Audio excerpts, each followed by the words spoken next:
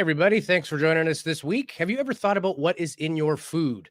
You might be surprised even if you think you know. Everything from cancer-causing agents to endocrine disruptors, heavy metals, toxic everything. And don't expect that the warning labels are going to tell you everything you need to know either. There are variances around the world. We're going to do a deep dive today and present you with all the information that these big corporate food companies don't want you to know. So thank you for joining us on this week's episode of Quantum Ladder Podcast. Let's get into it.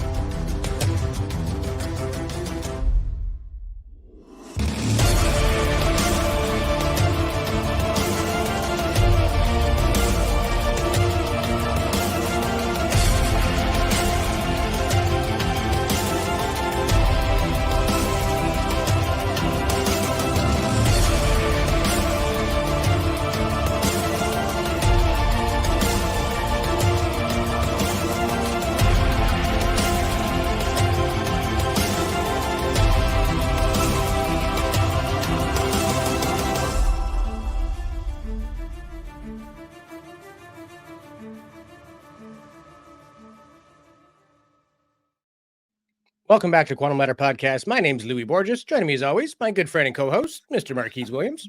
What's up, Louis? What's up, everybody? This is going to be a very informative and information-dense show, and we're going to make it entertaining and fun for you guys, so don't even worry about that. But man, we got a lot to talk about today. We got a lot to talk about. Absolutely. Yeah, it's going to move rather quick because we don't want to dwell on the same slide for too long. Right. For anybody who wants to maybe write down the names of some of these chemicals or take notes, feel free to pause the video. We've made the slides big enough that you can still read them even if you pause it. And we're going to present some videos as well, as we normally do. And big thanks to everybody listening right now out there in the world of YouTube, Spotify, Apple Podcast, and the UNX Network.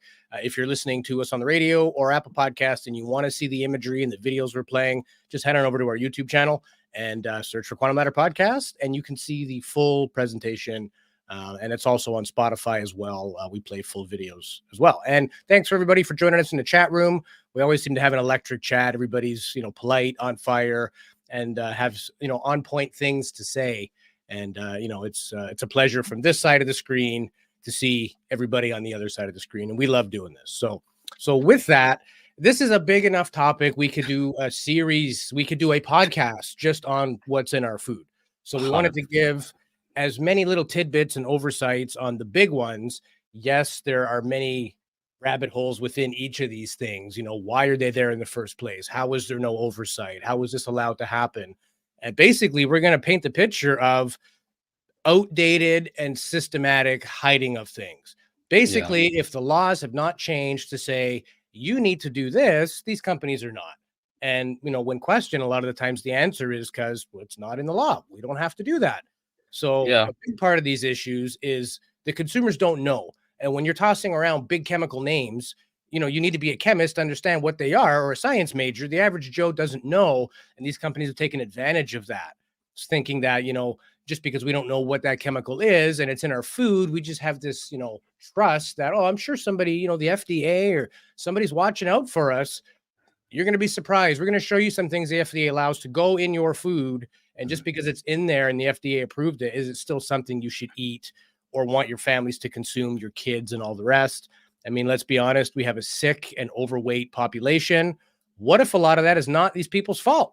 What if you just don't know? What if it's stuff that's causing addiction? What if it's stuff that's changing chemistry in your body to make your body behave differently and you're none the wiser? Should we not know? And that's the crux of today's episode. So I have a little video. It's kind of one of those like gross you out a little bit videos of like what's actually in food. Now, this may not all be North America. We're going to see rice with plastic pellets in it and stuff like that. But again, it's not impossible that these things could make it to your table depending where you're shopping. And you really need to become a bit of an investigator nowadays. You can't just go to the same old grocery store you've always gone to, buy those same old brand that you've always bought. They've changed the ingredients. And a lot of times they're never good in the first place, right? Or instead of using old leavening agents. They've used new synthetic compounds, and we really don't have long-term studies on what these things do. You know, they test them on animals, but we're not an animal per se. Certain diseases don't affect animals the way they affect people. Like your dog doesn't get the flu when you're at home with the flu. So, you know, animal testing is not the end all be all of what is actually safe for consumption. So here's a quick clip on some of the grosser things that are in our food currently.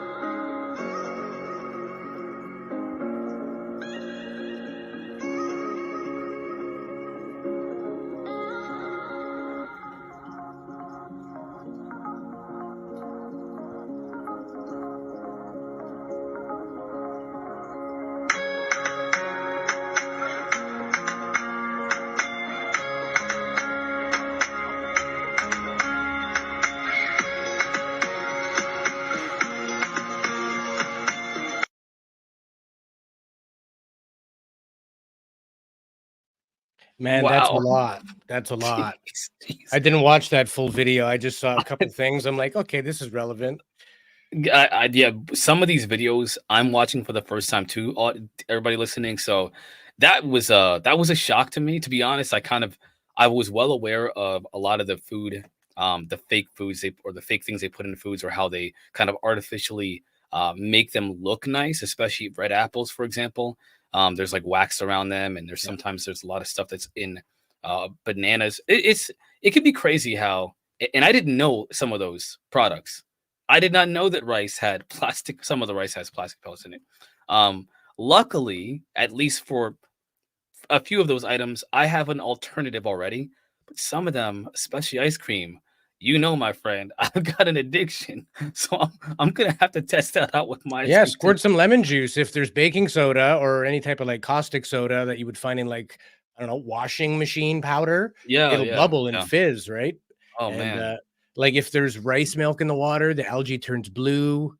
You know, the various impurities in honey, like stuff that people aren't jeez, yeah, suspecting. Like, come yeah, on, you've been buying honey from the same brand for 25 years. You had it or more. You had it when you were a kid, and now it's diluted with stuff. Like, you know, I've heard of shrinkflation where you used to get a, I don't know, a 200-gram chocolate bar. And now it's like a 130-gram chocolate bar for the yeah. same price. Yeah. basically that's just portions. But to literally take out real ingredients and, supplement it with, in some cases, chemicals, and be allowed to do it. And one of the first things I looked at was loopholes. So this is from the Breast Cancer Prevention Partner. They basically found that it's called the GRAS provision within the FDA. Right. So it allows certain things that are we deem to be mundane, like salt or nutmeg or whatever. It can just pass through without you having to submit it to the FDA again to get your product. If you make something out of, all FDA approved stuff, it really speeds up that process. But the issue is these chemical manufacturers are secretly using chemicals for packaging and their processing, and they're not getting FDA oversight, approval, or knowledge. Right. So there's basically a loophole in the law, and this is an abbreviation on it. So the Toxic Free Food Act of 2021, which was sponsored by Rosa DeLario. So essentially, a major loophole in U.S. federal law governing food safety let chemical companies decide in secret what additives and chemical compounds were safe to use in our food, the processing, and the packaging. So as a result, the public has been exposed to harmful chemicals through food that the US FDA has not approved and may not even know is being used. When they did some research, thousands of synthetic chemicals are used in food beverages or making any of the materials or packaging, anything between the harvest and our mouths. Over 10,000 chemicals used in food processing and packaging alone. 5,000 of them are so-called contact materials. So just contamination, basically. Everything from improving the flavor, the appearance, increasing its longevity, shelf life, chemicals that are also lining cans, of tomatoes and pop. There's chemicals in that. Some of these chemicals are harmful to human health. And there is a scientific direct and indirect link to food additive chemicals in areas of breast cancer, impaired development of healthy brains in children, fertility, reproductive problems, metabolic illnesses, diabetes, cancer. I mean, you name it. This is worse than Yeah. cigarettes. Yeah. And, this has been allowed, and there's tons of articles about this right now. This is from Eat This, Not That on healthy eating, but there's literally thousands of unregulated chemicals in your food. So these companies know that they can use that. It's cheaper, if there's no long-term studies on these things. And think about like a long-term study.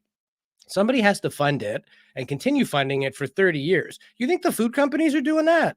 No, No. not unless by law they have to, right? And then they're Yep. using their own scientists, and they get the data before the world does, right? Like, Well, let me so I have some figures here that I wanted to share with everybody. And like, because I was like, how do they get away with this, right? So one of the key ways that companies do or can bypass these FDA regulations, that obviously put these harmful chemicals into our foods and our drinks or our beverages, is through that GRAS. By the way, I didn't know what GRAS was when I first saw that. It's generally recognized as safe. yes, It's kind of ironic. yeah, It's like we kind of like a think you're parody. good. It's it's a parody. It's like, we kind of think this is safe. Yeah, Most of us kind of think, but it's just a regulatory pathway where these substances or additives, they're added to the food, and they're not required to undergo these pre-market reviews and approvals by the FDA. And they're just accepted. They just let them go. And there are people that are considered qualified experts that essentially give them the seal of approval, and they say they're shown to be safe under the conditions of their intended use. So, yes, which is great. Which again, it's just kind of a caveat. The word intended use is something that should be kind of noted here. It should be noted. There's like in 2012, I have a figure here also. So there's let me just read this one figure for you guys. Companies can self-declare their additives as GRAS. That's generally they're seen as safe, recognized as safe, without notifying the FDA. A Pew Charitable Trust analysis found that between 1997 and 2012, about 1,000 additives were added to food under this GRAS exemption without being reported to the FDA. So you talk about loopholes. They're often under what's called independent review, and the safety assessments for these GRAS substances are conducted by or on behalf of the companies using them. They're experts, their own experts. that's right. That's right. It's a clear conflict of interest. There's like no getting around that. Like, this isn't right. So It's like saying that you're going to make your company, everybody's going to have to take an exam, but it's an open book exam that everybody gets 100% on. It's not, it doesn't really serve the purpose it's supposed to, right? Like on paper, you're doing what you're supposed to do, but Yeah, who's really watching how this is executing? And I mean, it's your mind starts to spin when you look at the number of things, the number of mundane things that we didn't really think were that big a deal. What science is now saying that they could be involved in some of these problems, especially when it comes to kids and development. And, yeah, you know, if we're yeah. giving kids things we think are safe and they're having them every single day, they have a lifetime of toxicity before they've even hit puberty. And especially some of these things are affecting your hormone system, right? Your nodes and all that. It's going to affect, you know, there's been rumors that KFC gives hormones to their chickens. That's why young girls and boys are developing Mhm. breasts at like 9 years old. It's because of Yeah. hormones in the food. And there aren't as many regulations depending where you live in the world, what part of that country you live in. And, you know, in some cases, just your access to it. In certain countries, you know, the food producers are allowed to do whatever the hell they want, and people are starving. So there's nobody that's, you know, checking what's in their chicken. They're just happy to have it, you know, and this is a systematic. I mean, we talked about epigenetics in previous episodes. Yeah, genetically, you may have precursors for cancer, but there's a lot more in the way of markers and things you can switch on just in your life. And Mhm. definitely things like toxic chemicals and all the rest of the stuff that we're going to talk about, they are epigenetic causes that cause disease. Even if you have the best genetics out of the gate, you could still wind up dying of lung cancer as a non-smoker because of some environmental thing. You know, it's Yeah, the thing is, and this is kind of a talking point that people who when I was younger, I avoided, and I still do, by the way, avoided cigarette smoking. I don't judge anybody who does it, by the way, but I just personally didn't like doing it. People used to ask me, "Oh, well, you know, you can still get cancer if you don't smoke cigarettes." And my retort was, "Have you ever taken a look at the stuff they put in our food?" This is like a decade ago. I used to think about this stuff. It's been going on for forever, especially you know they have more and more regulations, but corporations and politicians are constantly pushing for deregulating things like these companies for the sake of growth in business. The whole ideology is that regulations stunt the growth of corporate profits, which ultimately they believe hurts the country. And when you mentioned the USA, in the US, we have the stupidest arguments for deregulation that you could ever think of, but it's effective. The messaging is very effective because the idea that they're selling people is catchy. It's the idea of not letting us grow and become more prosperous when people are suffering. They instead of blaming the companies that are not only increasing the multiplying your suffering, they're blaming people who want to try to pull back on some of those deregulations that people are pushing for, those politicians are pushing for. But we live in weird times, and we kind of always have in a way.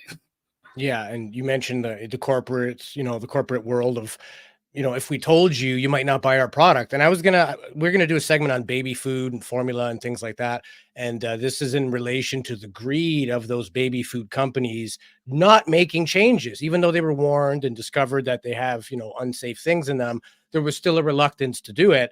And he's either a lobbyist or a lawyer, but he's gone head to head with these companies and he's talking a little bit about his experiences. So check this out. Certain ingredients are contaminated with heavy metal. And the problem with the baby food companies is they knew it and they didn't care because they were making so much money and they didn't want anyone to know. When I ask them, you have an ingredient list and you say, this is how much iron is in there. This is how much vitamin C is in there. Why don't you tell us how much lead, arsenic, and mercury is? And their response to me in deposition was, well, we're afraid you would go buy other people's products. The baby food companies are afraid that the bad consequence is that you won't buy their product. That is unabated greed and it needs to be stopped.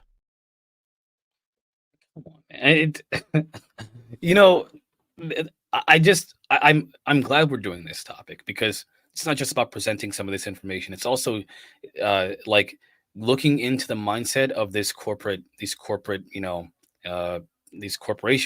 How do they think? We did a episode on this a couple weeks ago, how corporations are and how there's corruption in the corporations. But to think that their concern is more so about profit, again, about preventing loss of profit and not about preserving human life and health and well-being. Can somebody like, I just hope that this influences some of you out there who might be thinking unlimited growth is good and deregulation is good. I really hope this kind of gets you to see they don't care if you die from some of these problems. They don't care if your kids are ill from it, or influence, or their development is stunted. They don't care about that. They only care about how much money they're making from you. That's right. And the law is not really forcing them to care. There's no due diligence other than it can't be over a certain limit. The fact that there's any arsenic in our food, it's not like it's being added intentionally. It's just pesticide residues, Yeah, heavy byproduct. metals, leads, it's old piping, it's old trucks transporting raw ingredients. It's, not the cleanest conditions, right? So like everything is coming in contact. Even just if the wheat is stored in an area and that's where the trucks come in and out, there's black Right. diesel soot that's inevitably introduced. The air quality of that factory is not actually that good on the outside. And if that can reach the ingredients, again, we don't know what's going to happen. We're going to get into things like, PFAS or forever chemicals. They call them forever chemicals because they don't get out of your body, and, even in the water supply, we know that there's plastics, not only from a pollution standpoint, but then they break down in these little tiny pellets that get into the food supply and fish and everything else. Well, then they call them microplastics. Man, they're like so tiny, you almost need a microscope to see them. Well, they're also breaking down into nanoplastics, a 10,000th of the width of your hair. And nobody is filtering this stuff because of the cost involved with it. There is no such thing as a way to get this out. In fact, I think I have, here it is right here. This is an article on getting forever chemicals out of drinking water. And this is a water plant near the Riverside Station pump, the Kennebec River. Not sure where the Kennebec River is. It's in the US somewhere. But they're basically saying that these particles are so small, no matter what filtration systems you take on yourself or cities use or bottled water companies use, nobody's filtering at the nano level. At minimum, they're filtering chlorine and fluoride and things like that. They do other things, UV treatments to kill bacteria and all the rest, but nobody's using a nano filter to get plastic out. And in fact, we ran an article on Facebook the other day. I don't know if I actually clipped that or not, but essentially it was talking about bottled water having as much as a small bottle of water, upwards of 250,000 particles on average. They tested some that were like 110,000, and some plastic bottles of water had 400,000 pieces per liter of nanoplastic. And they don't know, is that the bottle leaching into the water, or is the water already got that stuff in it and it's just showing up when they look for the very, very small. So this problem is not only, a big one, but it's just getting out of hand. It's exceeding our ability to deal with it. And I mean, you can, like I said, you can buy a fancy $3,000 Kangen water machine. It's going to do better than most, but nothing is filtering at the nano level. Yeah, I think the smallest I've ever heard is like so many microns. They can kind of filter out a couple of microns in size. Yeah. But that you need like a multi-layered filtration system that includes not just like UV lights and like several different types of these filters. They get smaller and smaller, or they more refined and more refined as they go through the filtration system, but they do not go to the nano level. I think what is a micron? I see here it's a millionth of a centimeter, isn't it? Yeah, it's a millionth of a centimeter, or 1,000 times smaller. A nanometer is 1,000 times smaller than a micron. So they're not going to get that. I don't even know how you could possibly get that, but you can change. They could change the way they process these types of things. But as you mentioned, it's too expensive. It's come on, man. Come on. And they're just by the very nature of manufacturing some products, there's gonna be stuff in it. There's gonna be one millionth of a rat turd in that grain. Like there has to be provisions for that. Like, you know what I mean? And the FDA has to set limits on how many dead rats are allowed to go in a vat of waste paste about to become hot dogs. Or we're going to show you probably in the second half by the time we get to it, but I'm going to show you what's in hot dogs, what's in those fast food burgers. Trigger warning for anybody who does have a sensitivity to knowing how terrible the food supply is. This is going to be quite disturbing. I just want to be upfront here, but it is important, and you probably should at least know so you can try to make better decisions. And even more important, when you have the chance to make to participate in, whether it be the democratic process of any nation that you're from. Because I know you're from Canada. We know some people from over the pond, as they say. Yeah. This information can help you make better decisions about who you want in power. Yeah. So yeah, it's just we're not just gonna show you the problem and be like, well, now that you know, you're screwed. Good luck Yes. eating a solid meal from now on. We're gonna give you real practical steps. Marquise is gonna spearhead that. What can we do? We are not doomed. But if you don't know what to look out for. Education and knowledge is power. That's the whole point of doing this. We learned, and we're science buffs already. The average person is not paying attention to this, and we're giving way too much trust to the companies that we think are in fact taking care of it. And here are 3 shocking FDA allowances. The graphic stuff is going to be later. I'll give everybody the warning if you don't want to see, how hot dogs are made. But these are things that the FDA approved certain limits on to be in your food. Here are 3 shocking things that the FDA allows in the food you eat. You can get up to 10 milligrams of mouse poop in 1 pound of cocoa beans. Up to 400 insect fragments per jar of ground cinnamon. And you can have up to 1 maggot in each can of canned tomatoes. I guess one's not that bad. Yeah, I think those flies were getting busy, by the way. Man. And they're not even just like flies, it's fragments. It's like blended up insects. Oh my gosh. I do understand, like, some of the, processing certain types of the whole process of creating foods, and especially in the industrial age where we're mass producing these types of things. I can understand how it could be difficult, but it's not impossible.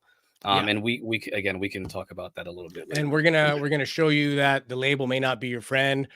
Just quickly, here's a EU, America label, a Canada, US label, countries that are okay with GMO or not. So we're gonna break that all down. And depending where you live, you can take a little bit out of it. But I wanted to sort of summarize some of the major toxins that appear in a lot of things, sort of the big hitters and things you need to pay attention to. Of course, the first one is bisphenol A, also known as BPA. You might see a lot of baby water bottles in the grocery store saying BPA free. Human, of course, adult water bottles as well. So essentially, it's found in plastic containers. Studies have shown that BPA can leach out and into the food or the beverage inside. It is an estrogen. The chemical BPA mimics estrogen, and it binds to those receptors. So essentially, it can disrupt your hormone function. And although they've done more studies on pregnant women in this, essentially BPA exposure leads to problems with reproduction, increases future breast and prostate cancer risk of a developing fetus. Like the kid is already developing a precursor to having colon or a prostate cancer at 50. He's going to get it at 20, and it happened in uterine, all because of a stupid water bottle that we didn't know was going to cause these problems. Other things have also said BPA levels can affect your insulin resistance for type 2 diabetes, hence the obesity problem that's not helping. So there are a lot of things that have been removed where they say BPA free. But if you're buying a water bottle on Amazon or on, like Temu or I don't know, Wish, this stuff's coming out of China. If it's a $1.50 water bottle, I guarantee you it is not BPA free. It is made the cheapest possible way it can. Yeah. If it doesn't say, then assume it's in there. It would be my advice. And even plastic wrap on foods, the same idea. This BPA can leach out of that. And depending on the brand, I know there are some regulations. Canada's pretty strict with that. Nobody can sell BPA plastic. But again, if you're buying stuff in different parts of the world that isn't as strict, or if you're buying things online, they kind of circumvent the regulation, even though they're not supposed to. Another big one is artificial trans fats. Essentially, you pump hydrogen into a heavy unsaturated oil, something like soybean or corn oil, turns them solid. So that's how you make like margarine, certain snack foods, baked goods. But basically, trans fat and artificial trans fat causes inflammation, and it definitely has negative effects on heart health. A lot of places have banned artificial trans fats, but there are naturally occurring trans fats that you have to be aware of either. There's your good fat and your bad fat, right? And when you get your cholesterol measured, you have an HDL and an LDL. You want to have one of them higher than the other, meaning you're predominantly, rich in the good fats, the fats you get from like olive oils or avocados or, omega rich type things, whereas as opposed to like, just beef or pork lard or, canola oil, stuff like that. That's the wrong kind of oil, especially palm oil. Palm oil is in everything. Be really careful, like kids' crackers, cookies, Everything you buy in the box processed just for shelf life and stability reasons, palm oil seems to be in it. Also, if you're an environmentalist, a lot of places in the world, particularly the Amazon, they are cutting down natural forest and doing what's called monoculture, where you only plant one type of tree or vegetable or whatever. And it's literally hundreds of acres of just palm oil trees only. You know, And it has a lot of environmental effects around the world, not to mention it's horrible for you. And it's going on pretty much, nobody's really doing anything about it. Have you heard much about these trans fats and things like that, Marquise? I've heard about not just trans fats, but especially when it comes to like deforestation and the environmental impacts of some of these. We haven't even gotten into. I'm not sure if we're gonna get too much into how pollutants within the soil, which we kind of mentioned a little bit when you talked about how there's gas that leaks into the soil, and then of course that gets absorbed by some of the crops. There's a lot. I honestly, it's a little bit overwhelming about how many things are essentially bombarding our biology at any given time, whether it be through the air or through ingesting it, or even from taking a shower or washing your hands. Because as you know, when you take a shower, you absorb more from the shower than you do from drinking some water or any kind of substance, just to kind of pull that out there. But also the fact that we believe, there are some people who believe that you can just chop all the trees down, plant anything you want to, and everything will be fine because the earth has been here. And listen, I'm not going to get into the whole religious aspect of it, but there are some people who believe that because God made the earth, we don't have to worry about taking care of it. We can do whatever we want to it. And but you know what? Who cares if we destroy it? Because God can fix it, or the earth, got the earth to fix itself. I'm not gonna make any judgments on that. I will say that I believe it may be a bit short-sighted in terms of potential extinction from all this, all these environmental negative impacts that we have on this planet. We should take care of it. This is the planet that we live on. We should take care of it.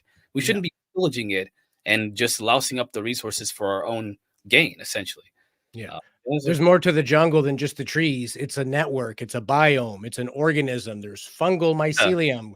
It's an interwoven microsystem. You just can't cut that down and say, well, I planted trees. They don't have the same oxygen and CO2 reproduction rates of other rainforest trees. They don't have the same medicinal property. Most of the pharmaceuticals have come from some plant, and usually somewhere in the Amazon with the abundance of species. And there's literally thousands of species they haven't even discovered yet. So there could be cures for common diseases that we need that are getting bulldozed in the Amazon right now. We will never find it. So like the earth provides everything we need. If we don't take it and burn it, like it's our own stupidity. If somebody gives you the key to the castle and you just throw it in the ocean, like, okay, well then you make your bed. That's what we're doing, and I just want to kick the door down. That's what they say. And it's hard to accept blame or to take on, any type of responsibility or to get fired up and say, I can do this because we didn't create this ourselves. This is not our problem. We didn't make it. But if we don't make it our problem somehow, if we don't start educating ourselves, making different decisions, companies are driven by money. So if we make it less profitable to do certain things and say, I'm not going to buy that anymore, they'll stop making it because it's not selling. So like they just want your money. If it's not clear and there's nobody shouting from the windows saying, this has got to stop. We're just going about our day to day and thinking everything's good. And especially at a time of inflation where groceries have never cost more than they do right now, to find out that half of that stuff is garbage. They're cheapening the product to make more money. And then they're raising the price that you have to go and work twice as hard or 2 jobs just to be able to buy that same stuff. Right. It's a bit of a fix. I get upset about it because you do these kind of deep dives, which we always do. You research this, you start to see patterns, you start to see systematic negligence, you start to see companies doing bare minimums. And then you look at their profit sheets. You're like, you made how much money and you rape the planet and you poison the people. And that's okay. So that's why we do this, is to inspire, educate. And that's enough philanthropy. Pontificating. Number 3, I'm not even going to pronounce that. I think it's polycyclic aromatic hydrocarbons, or PAHs. So they're usually considered to be environmental pollutants. It comes from burning organic material. But this is actually what happens when you cook a steak. People have heard, hey, don't char the hell out of your steak because that black soot is a cancer-causing agent. And it's true. Even the smoke from the fat hitting the coals contains this PAH. And, they've tested grilled chicken, fish, and meat to see it existed in all three. It's basically found in a lot of processed foods as well, but it is toxic. It is linked to an increase of breast, kidney, colon, and prostate cancer. People recommend other cooking methods, braising, slow cooking, and you can reduce PAH by as much as 89% when you grill, minimizing smoke and quickly removing the droppings. So like get it out of the smoke. And in fact, smoked meats, you're bathing it in PAH. And then if you look at what you're smoking, if that pork has nitrates in it, which we'll get into, you're essentially making a chemical recipe for cancer, particularly gastric cancer in your stomach, your colon. It is a toxic time bomb happening in your guts, right? And you may not even know it just because you bought a cool Traeger smoker for Christmas. It may be poisoning you and you don't even realize it. You're taking soot, you're taking hydrocarbons formed from burning organic matter, and you're bathing your meat in it for 8 hours. And then you're like, I'm going to eat that crusty bark. That's got all the flavor, right? You're literally putting it straight into your body. So yeah, another one I couldn't believe, cinnamon. Most cinnamon out there is toxic. I know that sounds crazy. You can fact check me on this, do your own research, but it has something in it called coumarin. It's a toxic compound. At high doses, it's linked to increased risk of cancer, liver damage, and it is impossible to know how much coumarin your cinnamon contains. In fact, they did a study. Most of the cinnamons they bought at the store all had it. The only way to avoid it is you got to buy a different kind of cinnamon, either called Ceylon or true cinnamon. It comes from a different variation of the plant. It's hard to find. Most stores don't have it. You might have to order it online. But if your kid's eating, Cinnamon Toast Crunch, or you're sprinkling cinnamon on your toast in the mornings, you should know that it is contained. There's a cancer-causing chemical in cinnamon, and there's no warning label. Last time I checked, cinnamon doesn't say, "Hey, just so you know, this has been known to cause cancer." And cancer, liver, and kidney issues. We know that it's like a small amount, which is why they can get past the FDA, because that's right. They're in such small amounts that unless you're taking in what appear like tons of cinnamon like every day, you're at less of a risk than you think than you might be. It goes through that GRAS condition, right? Generally, what is it? Generally regarded as safe. Generally recognized as safe. Recognized as safe. Because they realize, hey, this isn't a staple. People aren't consuming a gallon of cinnamon a day. Once in a while, here or there, it's like, okay. But there may not be a once in a while. There's some things that even in small doses can do a lot of damage to your body, right? Added sugars, of course, we've heard this. Empty calories. Sugars are in just about everything. And one of the most common things is high fructose corn syrup. Not only does this affect people with diabetes, but it leads to addiction.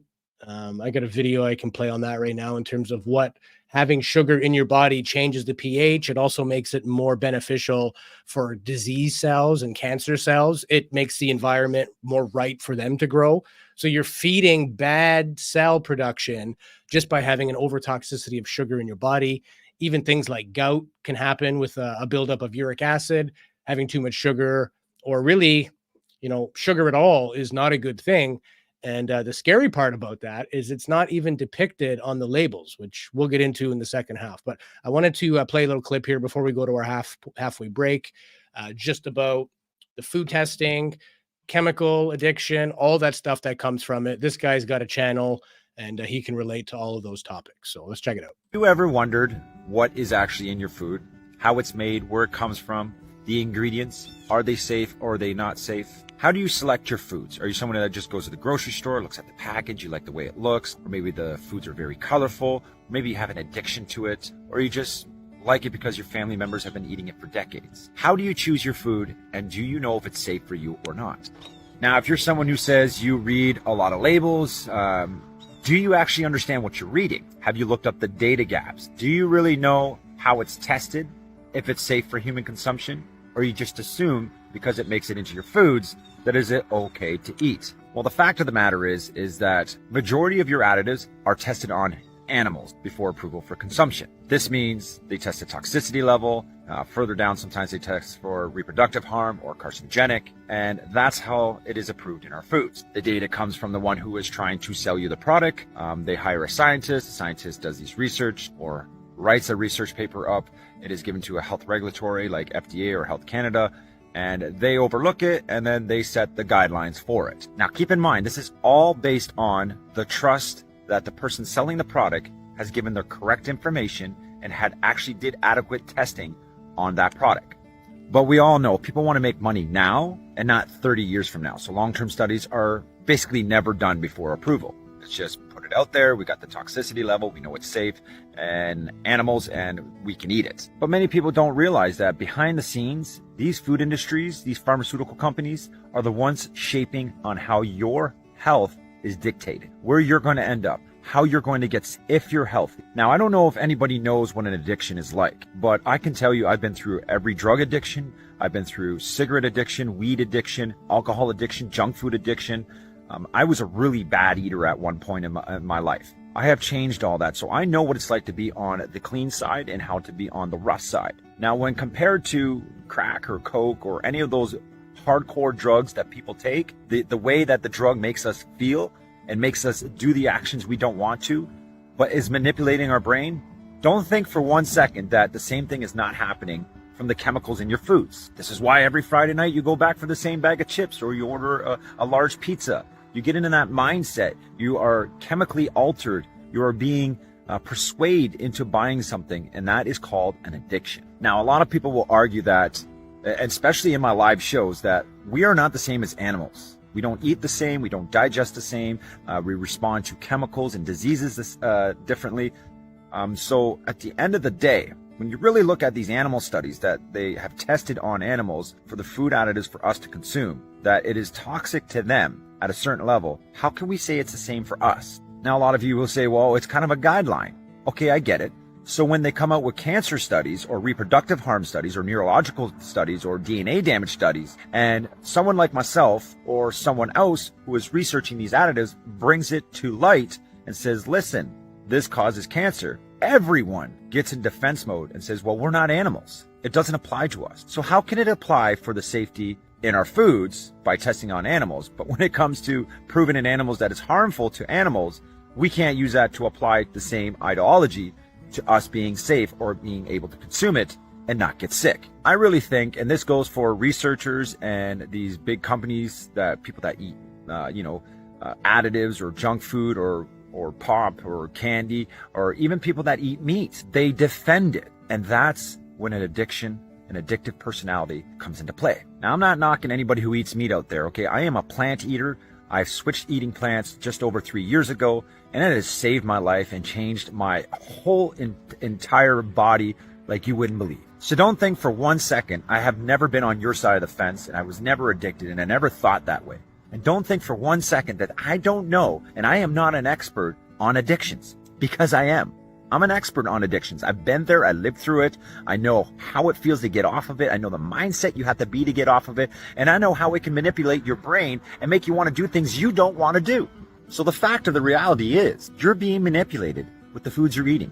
We should demand transparency. We should demand comprehensive research on the combination of additives, which has barely been done. It's barely even been touched or even looked at. When you shop and you throw all these products into your cart, including your hair care products, your body care products, and you get to the cash register, you pay for it, and you go home, you got a list of 400 additives in your bags, in your kitchen, in your washroom. The combination of all those additives in different sequences and different amounts has never been studied. But yet people want to pull out the toxicity levels in animal studies on just that additive alone in hopefully a clean body. I'm sorry, but science does not work out that way. So please join me in my movement in trying to raise awareness and change the future of our generations to come and what they consume in the health. I mean, doesn't your bloodline matter? Growing your family bloodline and growing it to prosperity or abundance or health. We all know that health is wealth. Being healthy allows you to do more things in life. It allows you to live longer. It allows you to protect your children longer. When are we all going to realize it's time to act now? Visit my... Yeah, this is first of all, I really appreciate his story. That was touching. That was actually personal because I've had family members and I've had friends who dealt with addiction.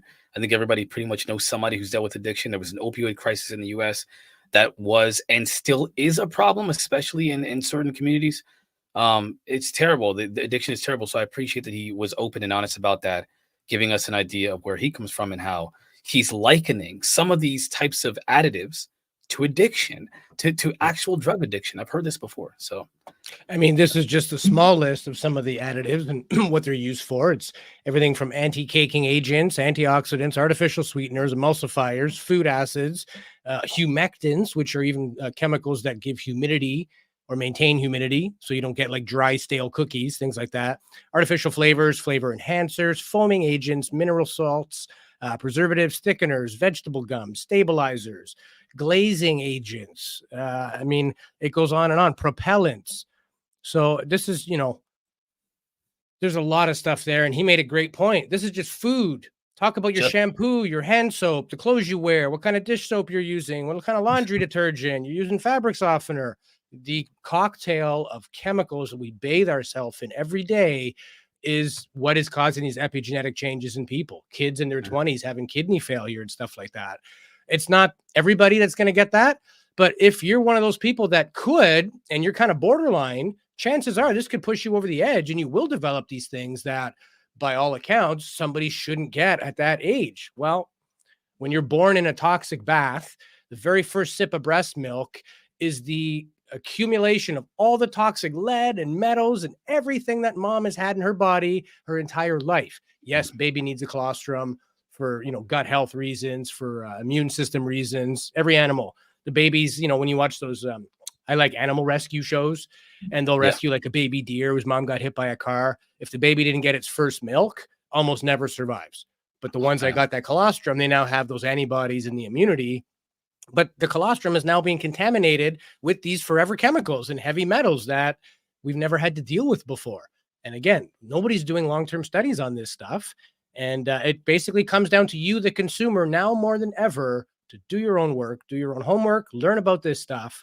Don't just go about your day blindly. There are choices you can make. There are other brands that see that, hey, people are starting to wake up. Yeah, it might be $1 more for that box of cookies, but it might have 80% less garbage in it. And this isn't about one exposure. These are things we eat and consume daily, right? It's add up the exposures daily, weekly, monthly over the course of your life.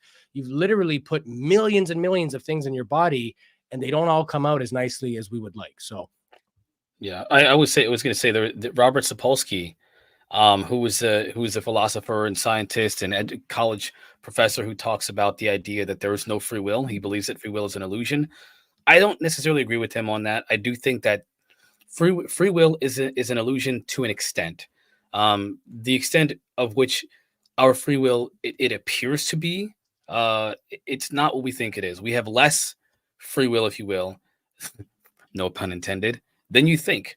Yes, we have the free will to get up in the morning when we want to. You think we can go brush our teeth this way instead of that way, or we can do whatever we want to in very small ways. But when it comes to big decisions like who are you? How do you think? How do you feel? What kind of person will you become? What's your moral framework going to be? Those things, they are very difficult to autonomously develop on your own. Nearly impossible, given that there's not just the media manipulation that's going on, and I mean movies and television and news and advertising and all that stuff like that. That's all trying to manipulate who you are on the inside, but also what you're putting into your body. Yeah. And so this is such a great. I mean, it's a great topic. It's a little bit morbid, I understand, but it's essential. So, well, I mean, think about it. These companies are spending money on advertising and commercials rather than putting that money into, like, they're making those products cheaper by using those chemicals that aren't good for us. So it's a money saving thing. But then you go spend $5 million a year in ads. So it's all about marketing, not about the product. So don't buy it because it looks cool or they had a celebrity. Do your own research. Most celebrities don't care. They want the check. If you got a new product and you want to launch it and you want to, have a big party and get the media there and photos, you could pay a celebrity $250,000. Somebody like Paris Hilton or of that caliber, they'll show up at your party, eat and drink and socialize. And everybody will think, wow, like, look at all the celebrities at this thing. And they do that for fundraising. They do it for charities. Sometimes it's good and these people want to help, but those celebrities aren't always there because they're for the movement. They're there because they're getting paid to be there. So don't buy the marketing that these companies are just throwing down your throat. What are they actually making? Who cares if your favorite basketball or baseball players on the box of Wheaties? What is in the box of Wheaties? And I haven't done the math on what's in the box of Wheaties, so I don't know.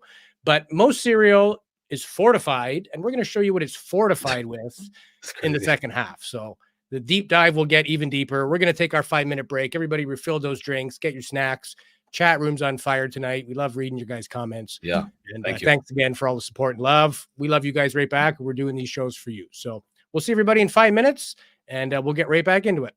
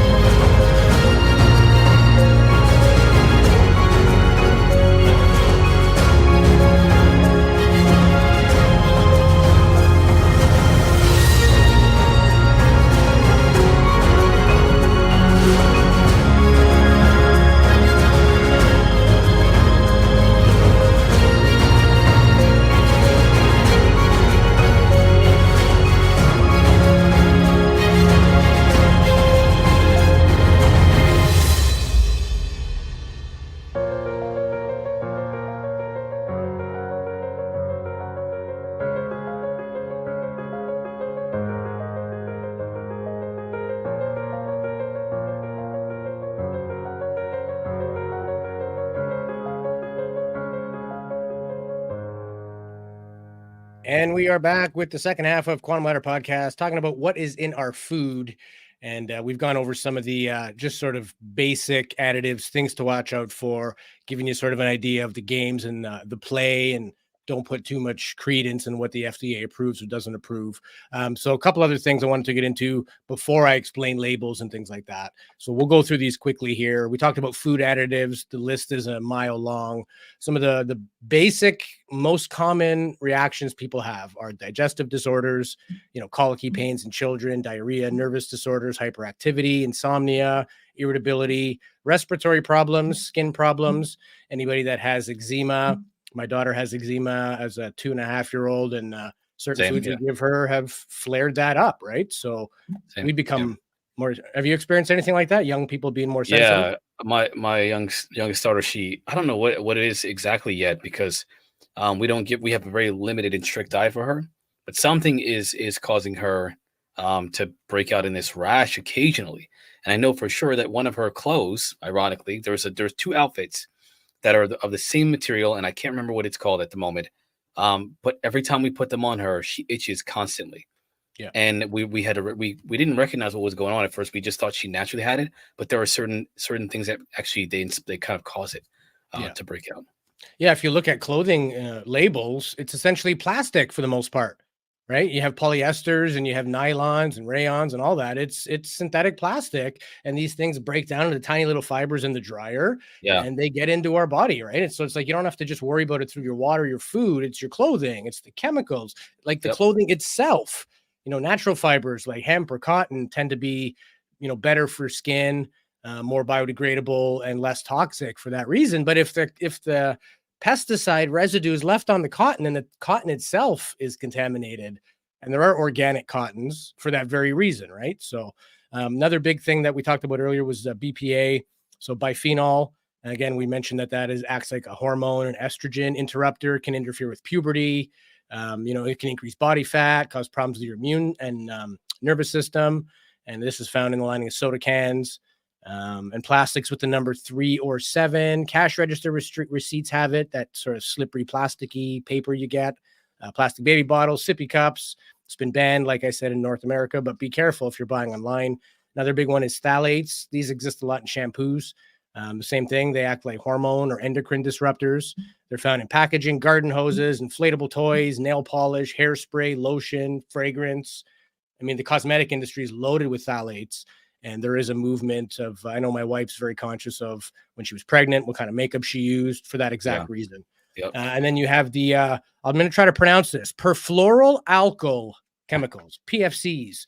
These are the forever chemicals that we cannot get out of our body. And they lead to things like low birth weight in babies, problems with your immune system, thyroid, fertility. They are commonly found in things like grease-proof paper, cardboard packaging, household products like water repellent fabrics, nonstick frying pans. If your nonstick pan starting to peel, throw it out. Teflon is toxic, and it's full of these PFCs. Perchlorate is also similarly chemical, structure-wise, interferes with your thyroid, disrupts brain development. It's even in some dry food packaging. So apparently it decreases static. So that's why they use it. I mean, it could kill you, but you won't have any static in your chips. Wow. This is what I mean. These companies have a certain amount of leeway to do what they want to do, and there's no oversight, Artificial food color is a big one. This only came out, I would say, maybe I just noticed it in the last decade or so, but I know it hasn't been forever. But there's a link between some food colorings and hyperactivity, ADHD. So it could be from the coloring in your kid's cereal that your kid acts that way and you can't figure it out. And what happens? We go to the medical industry. They go, hey, we need to medicate this kid. And now you're going to have the side effects of big pharma for the rest of your life. In a young and developing body, it could go right back to the stupid food coloring in the cookies they're eating or the colored cereal that they're having, like Fruit Loops and stuff like that. That's all artificial colors. And a few of them are worse than others. Like there's they have numbers. I think red 40 and yellow 5 are the worst. Red dye 40 and yellow dye. Whatever. I don't remember what the number is again, but those are terrible. Nitrite, this is something that you're going to find in bacon or smoked meats, deli meats. Can interfere with your thyroid, your blood's ability to deliver oxygen, increase risk of certain cancers. and they use nitrates and everything from packaged hot dogs, deli meat. When you get pre-sliced meat in the package, it's got to have a shelf life, right? It's just like any deli meat. That if it went bad in 2 days, they'd be throwing the whole deli case every couple of days. So to extend that, things are cured in salt and nitrates.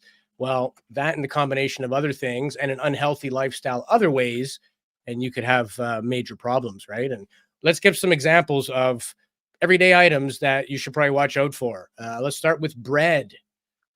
Cancer-causing agents lurking in bread. This is potassium bromate. Yep. So it's a carcinogen. It's added to the flour. It's banned in several countries, including Brazil, Canada, Europe, and the UK. It is not banned in the United States. So, I mean, despite health concerns, the levels are still there in U.S. bread. And the FDA has not adjusted the level since 1973. So any new discoveries in the world of food science, and hey, this isn't really that good for you, they haven't even revisited it. So there's no need for the company to do anything because they're still within regulation. Like, I can see from the company's point of view, like, what, we're just going to burn money? Like, no, make it the law and then we'll have no choice. That's just how corporations work. But if there's the fact that anything has a 1-year-old limit on it, come on. What have we learned in 51 years? Oh my gosh. Yeah. How did we eat and drink 51 years ago? What was our life expectancy? What was the average age? Like, come on. How does FDA not take that into account, you know? And again, these are endocrine disruptors. That potassium bromate is essentially, it's going to screw up your kid's puberty. Here's 2 other bad chemicals, BHA and BHT. I have them here. So BHA, I'm going to do my best. Butylated hydroxyanisole, and BHT is butylated hydroxytoluene. Sounds like a planet from Star Wars, Toluene. But Crunch, Apple Crunch and Apple Jack cereal contain this stuff. And they come from a variety of manufacturers, but there's a list of over 10,000 food additives that are allowed for use. These chemicals weren't really scrutinized, but be careful with Captain Crunch and Apple Jacks. They, for whatever reason, have a higher percentage of this stuff. This one I couldn't believe. Pop-Tarts. It's not the Pop-Tarts, the friggin' package. This preservative used in Pop-Tarts and hundreds of popular foods may harm the immune system. That is what is called TBHQ. I'm not going to even guess at what the hell it is. Essentially, it's a preservative. It's pervasive in processed foods. It serves no function other than increasing shelf life. So you have the packaging that has BHT and BHA, and then you have preservatives inside, and they basically affect your immune cells' proteins at doses similar to cause harm in traditional studies. TBHQ might influence how well vaccines work and maybe linked to a rise in food allergies. I kind of went down that rabbit hole of food allergies, and I found a clip here. Hopefully I can find the guy. Yeah, allergies and asthma. So this doesn't just come down to how you feel or things like surface level, like skin irritations or whatever, or even long-term effects. We may even have, as a result of heavy metals and toxicity, an increase in certain allergies. And again, nobody's doing the work on this, very few, and it's hard to find accurate information because there's so few and far between people bringing out credible stuff. There's a lot of garbage out there too. So researcher beware, but check out this guy's opinion on allergies as a result of our toxic food. That all of these companies are feeding babies toxic heavy metals in extreme. Peanut allergies and asthma actually can be traced back to the excessive amount of heavy metals in baby formulas. My nutrition teacher in university actually used to talk about this all the time because he was one of the people who pointed this out to the FDA. I'm specifically referring to the excessive amount of iron in babies' food. And this is going to be very confusing to people because iron is a necessity for babies' development. Their brains and their lungs and everything about their body needs iron. And breast milk just does not cut it, generally speaking. A mother cannot provide enough iron for the baby's cognitive development. But we're overdoing it and hurting these little guys. High iron levels increases the severity of asthma, so much so that over the last 25 years, the CDC says the prevalence of asthma is up over 300%. 1 in 12 people, or 25 million Americans, have asthma, and that number is increasing every single year. It costs $56 billion annually just to treat this one disease. And if you're new to this channel, let me just say one thing. Where there is a cost, there is a profit. If it's costing US citizens $56 billion annually, that means someone else is profiting $56 billion annually. If Big Pharma is getting so much revenue from something as simple as asthma or allergies because they're both linked in the body, where is the incentive to do something about it? There just isn't one. The studies I just showed you guys are from 2003 and 2015. It's 10 and 20 years ago. We've known this relationship exists for decades, and yet they are not doing anything about it. And that's just iron. We didn't even talk about the other heavy metals that are in baby food that just plain and simple should not be allowed. But the FDA is not regulating that. It's up to the companies to set the thresholds. That's ridiculous. Don't be fooled. There's a reason why the FDA, the Food and Drug Administration, is in charge of both the food supply and the drug supply in America. They go hand in hand. Oh man, I really hope that people. I hope you guys are paying attention to this because I know how things can be when it comes to how we view what problems are, like the hierarchy of problems. What do we consider the most problematic thing? A lot of people would say, oh, well, I think that, the political atmosphere is important. And then there's, the nature of our social and cultural issues. And then there's, but I kind of feel like the pyramid is upside down. I mean, Yeah. it's what you're eating. It's what you're feeding your children. Right. Yeah. The biggest one, which is the most important thing, because that generation, we are essentially, and yes, we do live longer and longer every generation, by the way. For the most part, we have lived longer and longer for hundreds of years now. Our life expectancy has increased dramatically. However, that does not mean that we are healthier. Yeah. At all. And it starts at infancy. I really appreciate that he's pointing out these facts. Yeah, well, we did our nature versus nurture, and we talked about epigenetic and how it's not Right. just the things that you do in your life and the choices you make. It goes back to you being in uterine in your mother's belly, the choices she made, what chemicals she was exposed to at that point. And some have even done work. I think Deepak Chopra was the one that we ran a clip of, and he said it could go back as far as 7 generations. So it's almost like, well, how does a kid have all these problems and sensitivities? We ate those same foods. Why is there not some sort of, resilience built within them? It might just mean that their toxic level is so high that they only need this much more to start displaying symptoms. Whereas we were born with a cleaner slate. It took us a lifetime to get to that level, but we've passed it to them through epigenetics and through just the act of reproduction, that these kids are born with more junk in their bodies now than ever before. Mhm. I saw a documentary the other day. He was talking about air pollution, and it was a thoracic surgeon in India. And he says, I don't see pink lungs anymore. Even if it's a child and I'm doing open, lungs or whatever surgery, they're a grayish color. The average person in whatever city that was in is the equivalent of smoking a pack of cigarettes every day because the air quality is so bad. There Wow. are no more pink lungs, even in kids. So what does that mean? That's like every mom smoking every time they're pregnant for generations, not just a few people here and there. What's that going to look like in 40 years? And these people are not knowingly, they don't know what's happening, and they don't really have a choice. They're stuck just kind of living in that. And heavy metals is a big part of that. When we burn hydrocarbons, the byproduct, and the biggest change over the last, 50 years or whatever was removing unleaded gasoline. I think it was 1969 or 1970. They said you can't put lead in the gas. That's why if you buy like a 69 Corvette, it's worth a fortune, because it had all the power. As soon as they unleaded the gas, all these companies took them a few years to figure out how the hell do we get all this horsepower back again. So there's a few generations of muscle car that are garbage right around that 70, 71, 72. Correct me, I'm not a gearhead in the muscle cars as much as sort of European cars, but there was a definite change. But the reason they did it was lead was literally coming out in the form of soot and air pollution and landing on everything. People, the air we breathe, the food we're growing.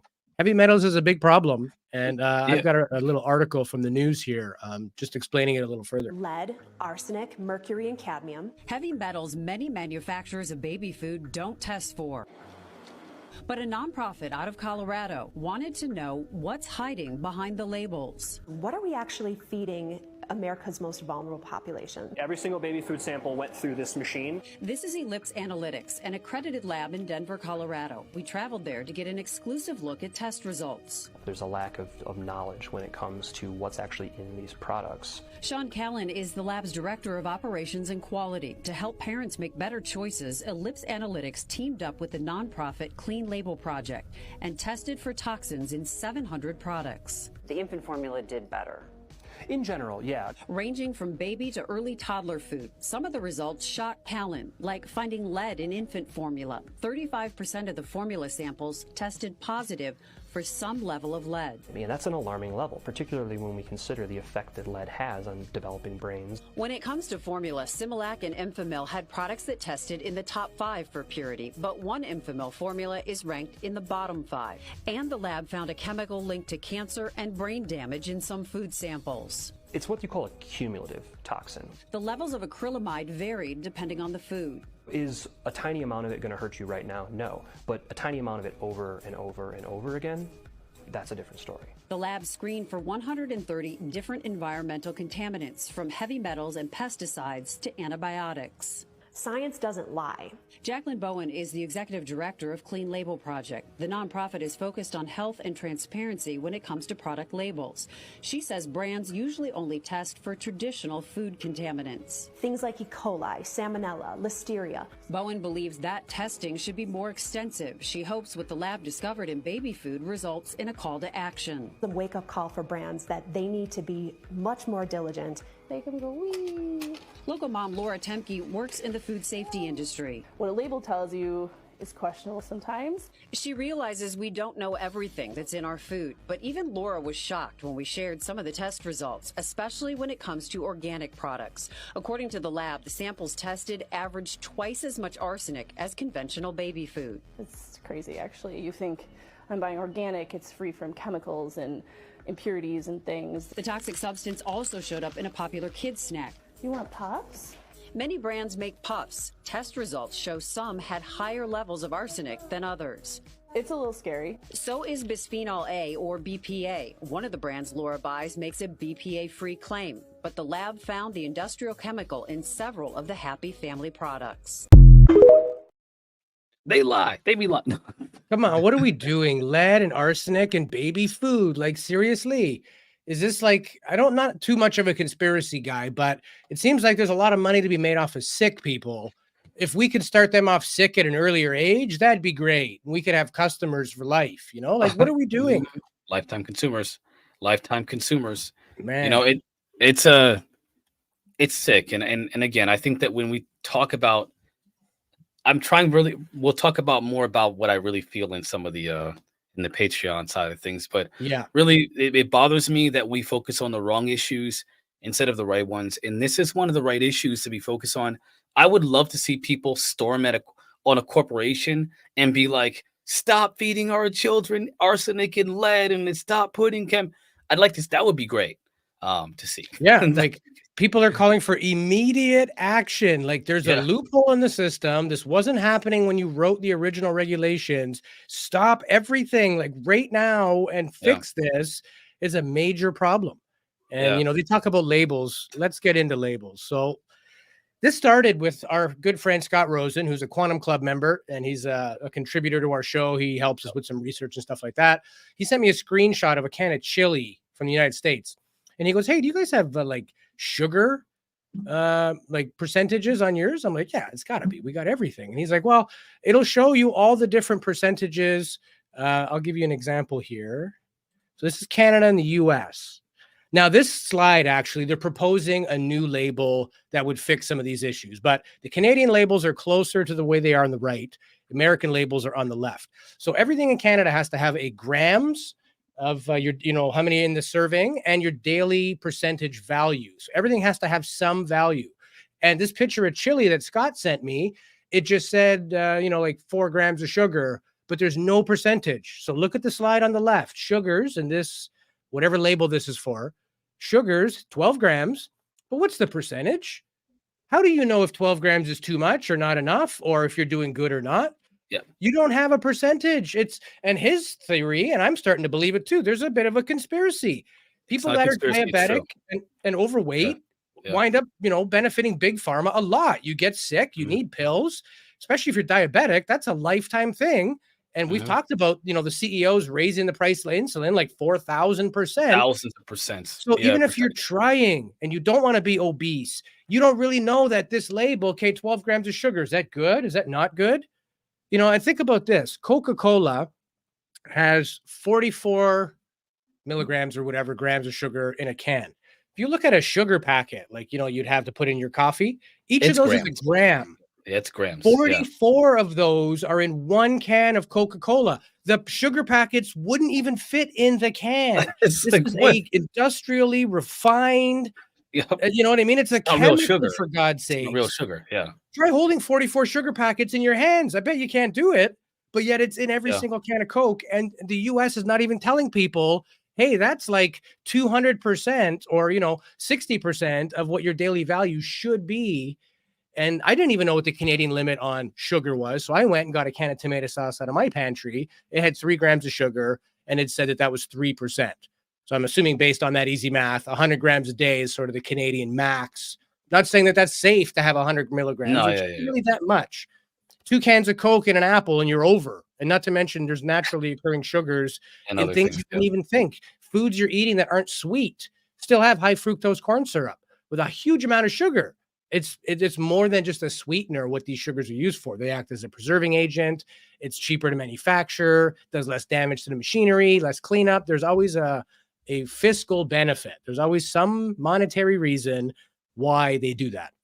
And so even some of the serving amounts are tampered with. So if you look at like a Canadian and a US label, the serving in Canada, all those are based on like 200 grams. But in the US, it'll look similar percentage-wise based on 130 gram serving size. So they're shrinking the numbers on the label by just calling a serving less of that. Now it's got less sugar. If you buy Lipton chicken noodle soup, the instant soup, they make a less sodium version. When you read the instructions, the regular Lipton soup is 4 cups of water to make the soup. The other one is 3 cups of water. So it makes less soup. That's why it's reduced sodium. Yeah, there's probably more MSG and less actual salt, which MSG is not good either. Oh my gosh. I don't know why, but it's, the headaches and digestive issues linked to that. But in some cases, it's only going to make 3 cups of soup, not 4. So compared to regular Lipton, yeah, this is reduced sodium. So they can play with words and they can do this stuff. And marketing is very creative. And that's where there's bulk of their money, not on the product. And a US label, here's an example there. In the US, serving is 100 grams, or sorry, in Europe, a serving might be 100 grams. But in the US, that same serving would be 134 grams. So larger recommended servings than you may need. It's hard to say the food require the recommended, what you should eat every day, all that stuff. It's kind of skewed. Even that hasn't really been updated in many, many years.